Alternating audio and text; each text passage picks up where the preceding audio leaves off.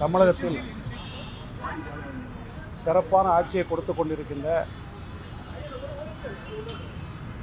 ஜனநாயகத்திலே கடமையாற்றி கொண்டிருக்கின்ற, நல்லாட்சி கொடுத்திருக்கின்ற, மதிப்பிற்கும் மரியாதைக்கும் உரிய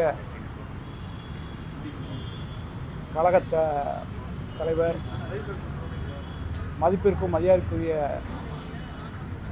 பாசத்துக்குரிய முதலமைச்சர்கள் முன்னிலையிலே நானும் எங்கள் மாவட்ட செயலாளரும்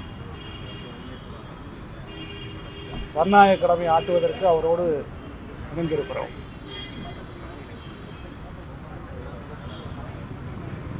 என்ன காரணம் சார்? வெளியே வந்து ஜாயின் பண்றதுக்கான காரணம் என்ன சார்?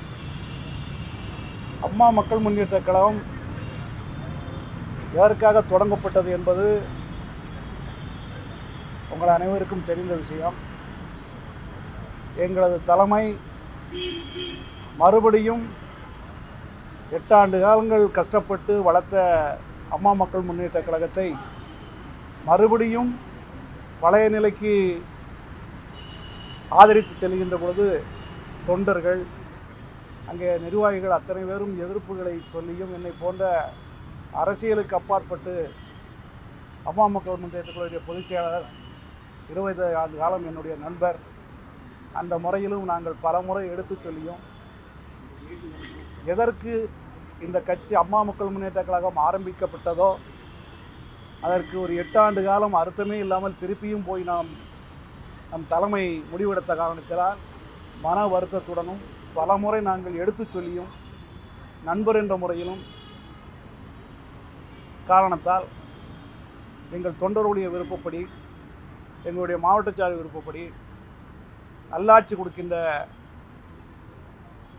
மதிப்பிற்கும் மரியாதைக்கும் உரிய நமது முதலமைச்சர் முன்னிலையிலே நாங்கள் சேர்ந்து கழகத்தில்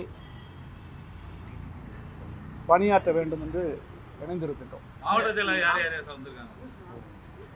3 மாவட்டச்சார் வந்திருக்காங்க. கூடிய நிறைய நிர்வாகிகள் வருவாங்க. என்ன மாவட்டம்? டெல்லியிலிருந்து டிடிவிக்கு ஒரு அழுத்தம் கொடுக்கப்படுது கூட்டணிக்குன்னு சொல்லி அப்படியெல்லாம் எங்களுக்கு தெரியல. அது அழுத்தம் இருக்கா இல்லையான்னு எனக்கு தெரியாதுல்ல. இல்லை, திடீர்னு துரோகியோட சேர மாட்டேன்லாம் சொல்லி பேசிட்டு இருந்தவருடைய மாற்றம், அதுக்கான காரணம் என்ன? அது பெரிய ஆட்களுக்கு தான் தெரியும். நம்மளுக்கு அதெல்லாம் எங்கள்கிட்ட சொல்லியிருந்தா தான் நாங்களும் கன்வின்ஸ் ஆகுமே.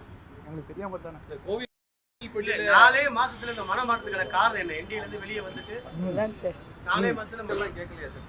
கூட்டணியில் போய் சேரும் மாவட்ட கூட்டம் தான் வச்சிருந்தாரு, பொதுக்குழுலாம் கூட்டினாரு, அதுல கருத்துக்கள் கேட்கலையா? நீங்க ஒரு கருத்துக்களை சொல்லலையா? கருத்துக்கள் சில பேர் சொன்னாங்க. நான் தான் தனியாக பூரா கருத்தையும் சொல்லிட்டேன். உட்கார்ந்து ராத்திரி சாப்பிட்டு உட்காந்து நாங்கள் பேசுகிற வரைக்கும் நாங்கள் பேசிக்கிட்டு தான் இருந்தோம்.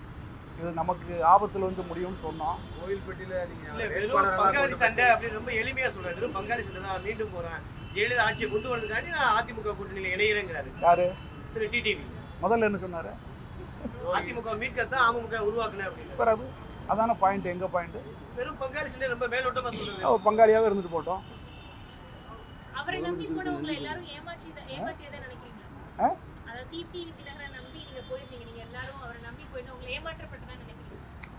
ஏமாற்றப்பட்டாரோ சூழ்நிலையோ எங்களுக்கு பிடிக்கவில்லை. இந்திய கூட்டணி தொடர்வதை நாங்கள் விரும்பவில்லை. தொண்டர்களும் எங்களுடைய